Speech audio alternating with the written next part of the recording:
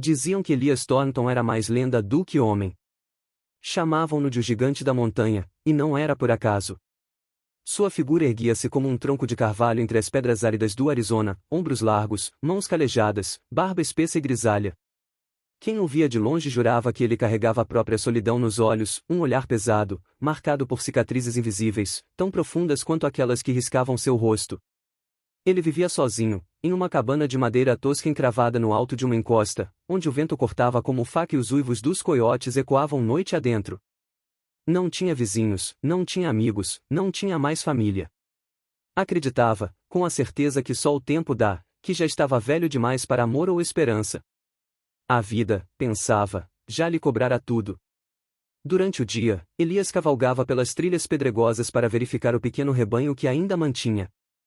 À noite, sentava-se em frente à lareira, o chapéu cobrindo os olhos, e deixava o fogo consumir a lenha como quem vê o tempo consumir lembranças. E as lembranças eram cruéis. Uma mulher, sua esposa, Rosa, roubada dele por uma bala perdida anos atrás, em meio a uma emboscada de foras da lei. O cheiro do sangue, o grito dela, a frieza que ficou em seu peito. Desde então, o gigante da montanha não abriu mais o coração. O deserto ao redor parecia compartilhar de sua alma, vasto, seco, implacável. O sol queimava a pele, a poeira entrava pelos pulmões, e o silêncio pesava como chumbo. Ainda assim, Elias continuava. Cavalgava, respirava, sobrevivia. Talvez fosse só isso que restava para um homem como ele, resistir até que a terra, um dia, o reclamasse de volta. Mas naquela tarde em particular, o destino resolveu interromper sua rotina. O céu começava a tingir-se de laranja quando o eco de disparos ressoou pelo vale. Elias parou sua montaria, os olhos estreitando-se como quem enxerga mais do que deveria. Não eram sons de caça, eram tiros de pistola, curtos, secos, desesperados. Com um impulso instintivo, puxou as rédeas e seguiu em direção ao som. O cavalo trotou rápido entre pedras e cactos, levantando poeira no caminho. Logo, Elias avistou a cena: 3 homens armados, de lenços cobrindo o rosto, cercavam uma figura caída à beira do caminho. A primeira coisa que notou foi o sangue no chão. A segunda, o olhar da jovem que tentava se levantar, mesmo ferida, mesmo com os foras da lei apontando armas para ela. Elias não pensou. O velho instinto de pistoleiro, que acreditava adormecido, reacendeu como brasa em palha seca. Com um movimento ágil para alguém de sua idade, puxou o rifle que sempre carregava na sela. O estalo metálico ecoou pelo ar. Vocês escolheram o desfiladeiro errado para morrer, disse ele, a voz grave e rouca, carregada de poeira e ameaça. Os homens se viraram, surpresos. Um riu, tentando menosprezar o gigante solitário. Um velho montanhês zombou. Vá embora, antes que a gente acabe com você também. Mas Elias já não era homem de recuar. Seus dedos pressionaram o gatilho, e o disparo ecoou forte. O primeiro bandido caiu, gritando, segurando o ombro. Os outros 2 reagiram rápido, atirando de volta, mas Elias se jogou atrás de uma rocha, recarregando com destreza. O tiroteio espalhou faíscas de pólvora no ar, fazendo o desfiladeiro parecer um inferno em chamas. A jovem, ainda no chão, observava com olhos arregalados. A cada disparo, a cada movimento calculado, via naquele homem um misto de força brutal e dor contida. Elias avançou, derrubando o segundo inimigo com um tiro certeiro na perna. O último, percebendo que enfrentava não apenas um homem, mas uma montanha viva, fugiu em disparada, deixando para trás o cheiro de medo. Silêncio. Apenas o vento cortando o vale e o bater apressado do coração de Elias. Ele se aproximou da jovem, guardando o rifle com cuidado. Você está ferida? Perguntou, sem suavidade, mas com uma preocupação que tentava esconder. A moça tentou falar, mas sua voz falhou. Ainda assim, nos olhos dela havia algo além da dor, havia coragem. Elias estendeu a mão, e por um instante, sentiu o peso da escolha, afastar-se, como sempre fazia, ou carregar para dentro de sua solidão aquela estranha que o destino lhe jogará aos pés. Sem saber, naquele gesto rude e simples, começava a história que mudaria tudo. O corpo da jovem tremia, mas seus olhos permaneciam firmes, negros como a noite sem lua. Elias a observava em silêncio, avaliando cada detalhe, o vestido rasgado, os cabelos escuros emaranhados, o sangue escorrendo do braço esquerdo. Ela não parecia uma camponesa comum, havia algo naquela postura, uma mistura de orgulho e medo, como quem já havia lutado demais para simplesmente desistir. Quem é você? Perguntou Elias, voz grave, quase áspera. A moça engoliu seco antes de responder. Clara. Clara Mendoza. A respiração dela saía curta, pesada. E, se o senhor tiver juízo, me deixará aqui e seguirá seu caminho. Elias arqueou a sobrancelha, desconfiado. Não era comum alguém implorar para ser deixado para trás, ainda mais ferida. Se eu fosse do tipo que deixa alguém largado no deserto, você já estaria morta. Clara tentou sorrir, mas o gesto se transformou em careta de dor. Talvez fosse melhor assim. Ele não gostou do tom. Havia mais naquela história, algo que ela não dizia. Montou guarda por alguns segundos, o rifle ainda ao alcance da mão. O vento levantou poeira ao redor, e a tensão se fez tão espessa que parecia que até as pedras esperavam a próxima palavra. Esses homens atrás de você não pareciam caçadores de bisões. Elias estreitou os olhos. Quem eles eram? Clara respirou fundo. Caçadores, sim, e mais de recompensas. O silêncio entre os dois pesou como chumbo. Elias sabia o que isso significava, aquela jovem carregava uma marca, um preço sobre a cabeça. E por que diabos alguém colocaria preço em você? O tom dele era duro, inquisitivo. Ela hesitou, desviando o olhar para o chão pedregoso. Por que não gostam de mulheres que falam alto? Por que não suportam ver alguém como eu com coragem de resistir? A voz dela, ainda que fraca, carregava faíscas de desafio. Eu não matei ninguém, Sr. Thornton, mas me recusei a me calar. O gigante da montanha franziu o senho. Como sabia seu nome? Você fala como se já me conhecesse. Clara ergueu os olhos, um brilho enigmático neles. No México também chegam histórias do gigante solitário que vive nas montanhas do Arizona. Um homem que perdeu tudo e decidiu enterrar o coração junto com a esposa. Elias endureceu. A lembrança latejou como ferro em brasa. Cuidado com suas palavras, garota. Eu não pedi companhia nem julgamento. Ela, mesmo ferida, não recuou. Então por que me salvou? A pergunta ficou suspensa no ar, cortante. Elias não tinha resposta. Talvez o instinto. Talvez a maldita teimosia de continuar protegendo quem não conseguia se proteger sozinho. Ele a ajudou a se levantar, ainda contrariado. Não pense que pode ficar. Eu não tenho espaço para apegos. Clara apoiou-se em seu braço. O toque dela, leve e quente, parecia arder mais do que o sol do deserto. Eu não pedi para ficar.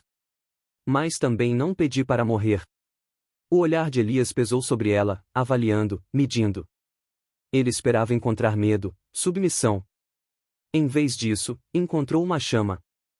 Clara não era apenas uma fugitiva, era uma sobrevivente. No caminho até a cabana, ela cambaleava, mas não soltava a palavra de queixa. A cada passo, Elias sentia a presença dela invadir seu território sagrado, quebrando o silêncio que ele jurara proteger. Quando finalmente entraram na cabana, Elias fechou a porta com força, como se tentasse impedir que o passado entrasse junto. Escute bem, menina. Eu vivo sozinho porque assim deve ser. Amor, companhia, essas coisas não passam de ilusões que custam caro. Já perdi demais para acreditar nisso de novo. Clara, sentada junto ao fogo, ergueu os olhos para ele. Por um momento, não parecia frágil, mas firme como a rocha. Aproximou-se um pouco mais, a voz baixa, quase um sussurro. Então me ensine a amar. As palavras atingiram Elias como uma bala silenciosa. Ele sentiu o peito se contrair, o ar lhe escapar. Não era um pedido inocente, era um desafio. Ali estava o contraste, o gigante marcado pelas perdas e a jovem ferida, mas determinada a não viver no medo.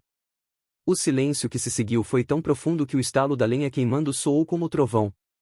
E, pela primeira vez em muitos anos, Elias Thornton percebeu que a fortaleza que erguera ao redor de si podia não resistir por muito tempo àquela voz.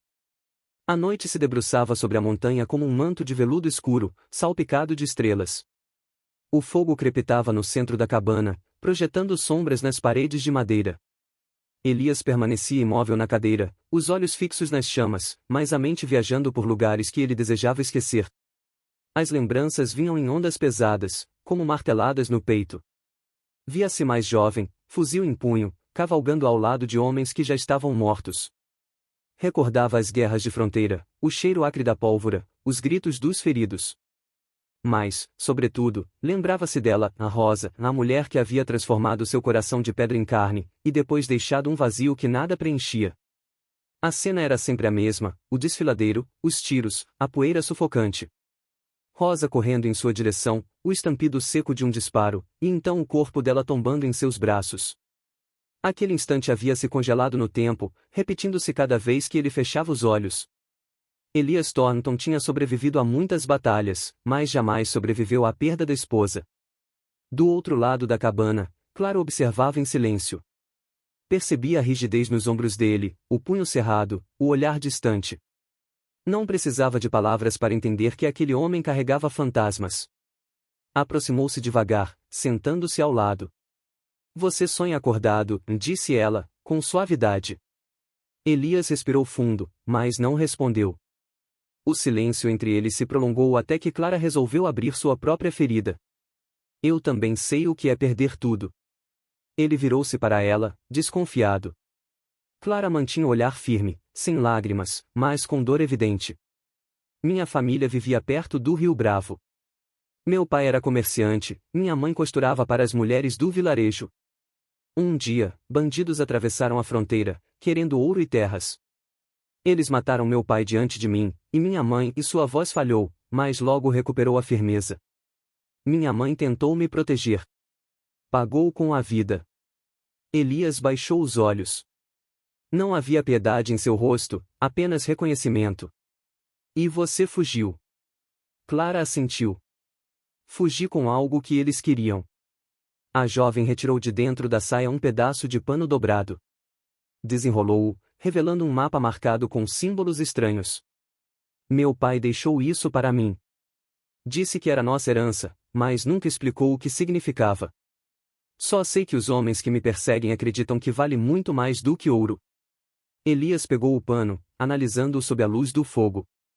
Os traços eram antigos, como se marcassem trilhas esquecidas no deserto.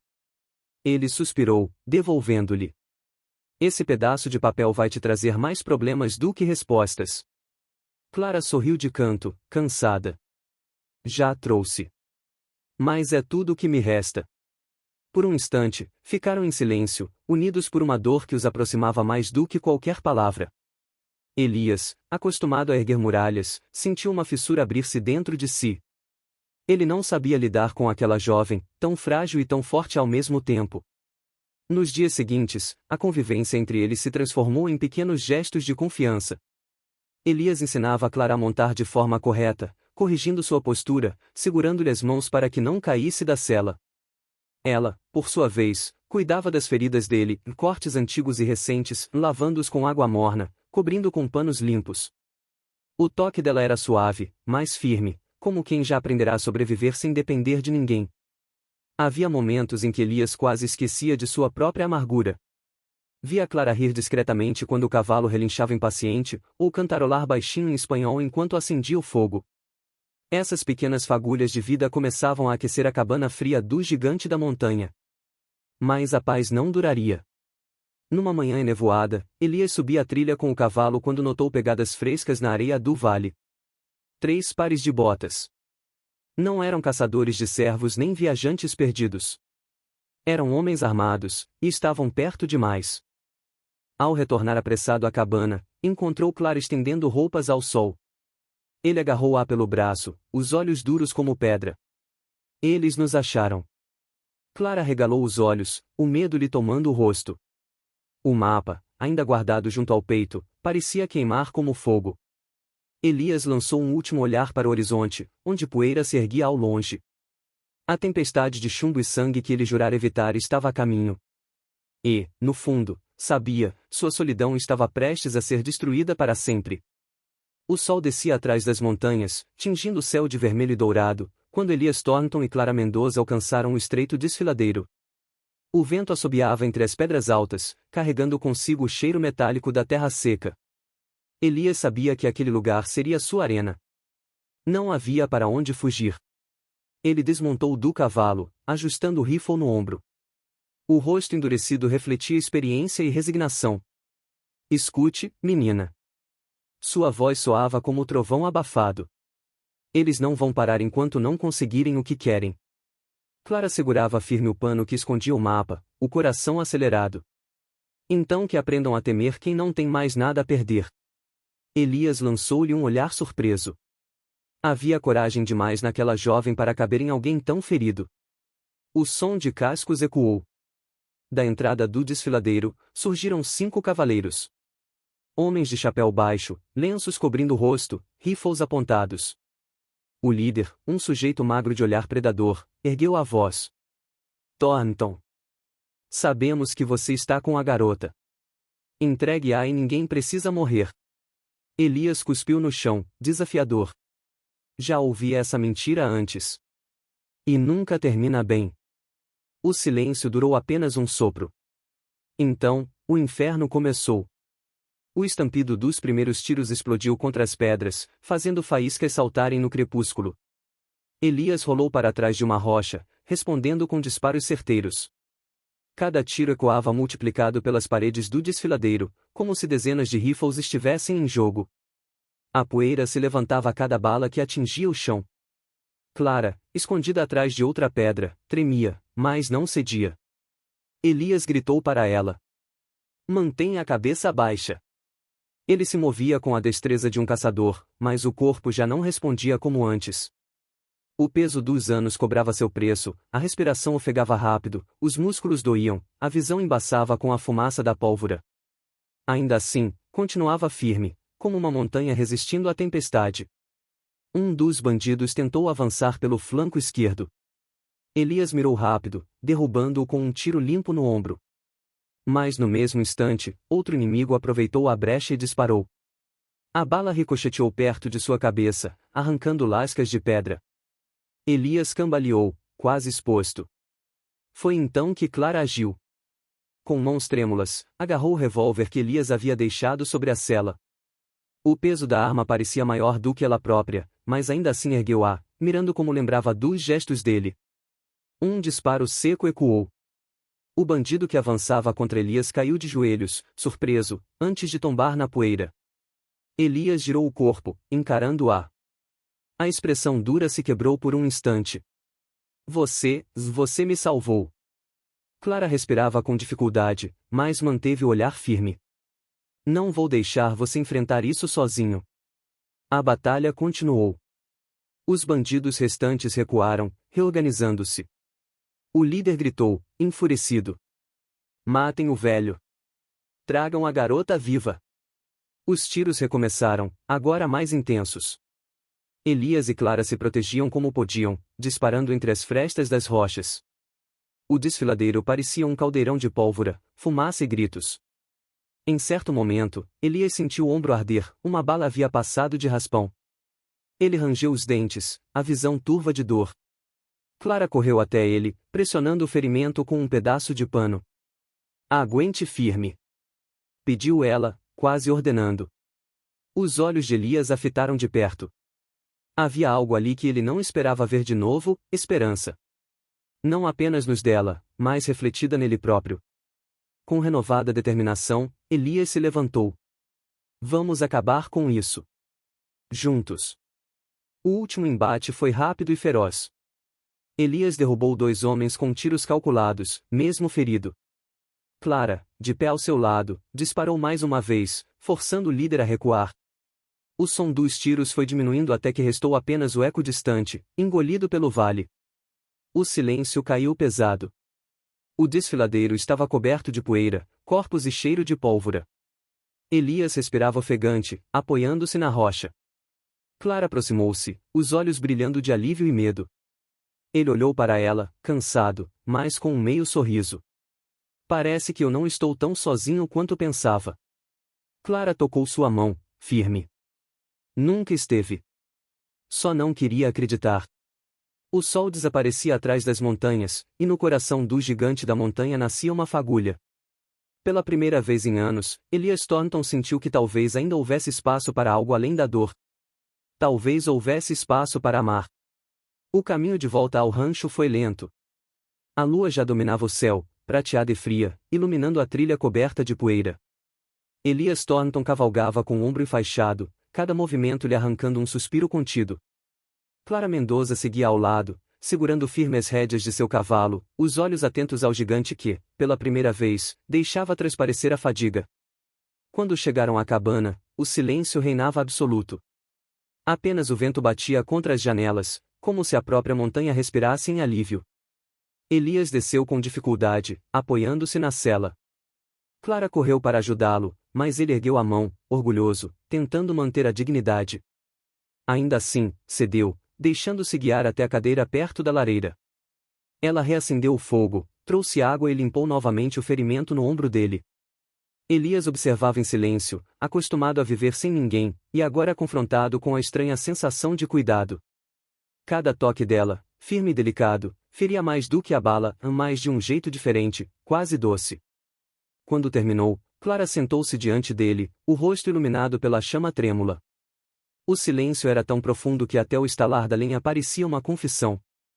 Então, ela quebrou a quietude com uma pergunta direta, a voz carregada de desafio e ternura. E agora, Elias? Ainda acredita estar velho demais para o amor? Ele fechou os olhos por um instante. A pergunta o atingira como um soco. Passará anos se convencendo disso, repetindo como oração amarga: estou velho demais, quebrado demais, vazio demais. Mas diante daquela mulher, tão jovem e marcada, tão viva apesar das cicatrizes, a mentira parecia ruir. Não sei. Sua voz saiu rouca, sincera. Sei apenas que não sei mais como viver sozinho. Clara não respondeu de imediato. Aproximou-se lentamente, inclinando-se até que os olhos dela encontrassem os dele. Solidão não é vida, Elias. É apenas esperar a morte. Ele engoliu em seco. As palavras dela ecoaram em seu peito, misturando-se às memórias de Rosa, ao vazio que sempre o acompanhará. E, pela primeira vez, sentiu que talvez pudesse honrar o passado sem precisar morrer com ele. O silêncio voltou a reinar, mas agora era carregado de algo diferente, uma tensão que não vinha da dor ou da batalha, mas de um sentimento contido, prestes a transbordar. Elias ergueu a mão devagar, tocando o rosto de Clara.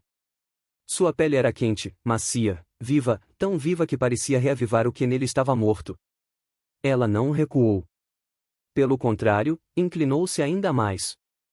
O primeiro beijo foi hesitante, como se ambos temessem quebrar a frágil ponte que haviam construído. Mas logo o peso dos anos, das perdas, da dor acumulada, transformou aquele gesto em promessa. Um beijo sob a lua, carregado de melancolia e de esperança. Elias sentiu-se estranho, vulnerável, mas também liberto. Não era um jovem apaixonado, não havia ilusão em seu coração.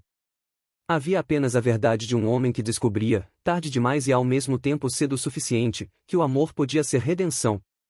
Quando se afastaram, Clara sorriu, os olhos brilhando com lágrimas contidas.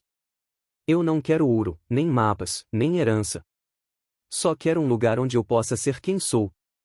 Elias respirou fundo, passando a mão pelo cabelo grisalho. E eu só quero alguém que não me deixe esquecer que ainda estou vivo. Do lado de fora, o deserto permanecia imenso e silencioso. Mas dentro daquela cabana, duas almas que carregavam cicatrizes encontraram refúgio uma na outra. O gigante da montanha, antes endurecido pela solidão, sentia o coração bater com nova força. A lua, testemunha solitária, iluminava a cena como um farol. Clara repousou a cabeça sobre o ombro dele, e Elias fechou os olhos, permitindo-se, pela primeira vez em décadas, acreditar que ainda havia estrada à frente. E naquela noite, o silêncio do rancho não era vazio, mas cheio da promessa de um futuro improvável. Os dias seguintes correram lentos, como se o tempo tivesse decidido dar uma trégua. O rancho de Elias Thornton, antes silenciado pelo abandono, começou a ganhar sinais de vida. Clara estendia roupas ao sol, varria a varanda, plantava pequenas sementes junto à cerca.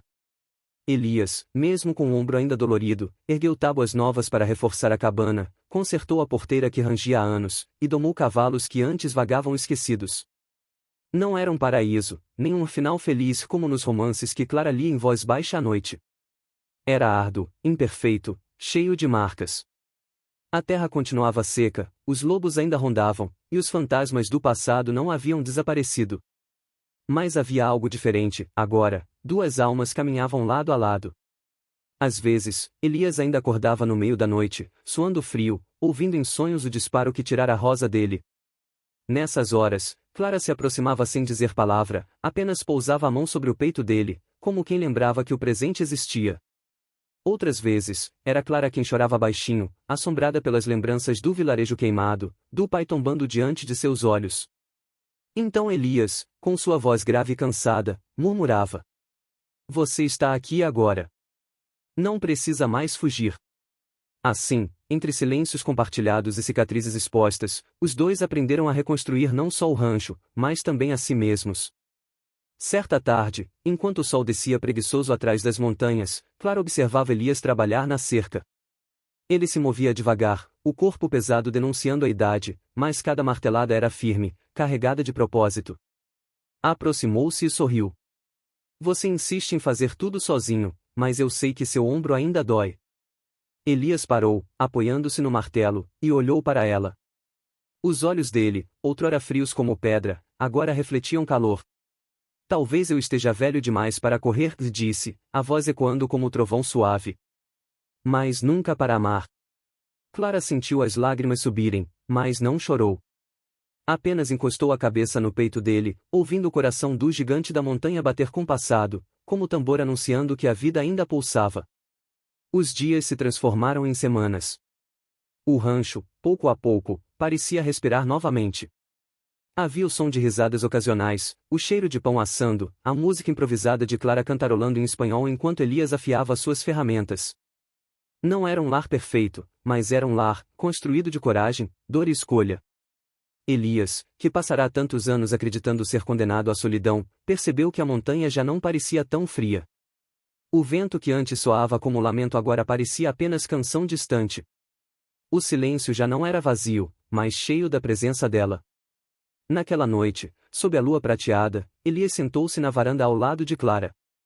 Ele acendeu o cachimbo, tragou devagar e deixou que o olhar se perdesse no horizonte. Depois, em tom baixo, quase como uma prece, murmurou: "Nunca pensei que ainda tivesse estrada à frente. Mas você me mostrou que o caminho não acaba quando a gente perde.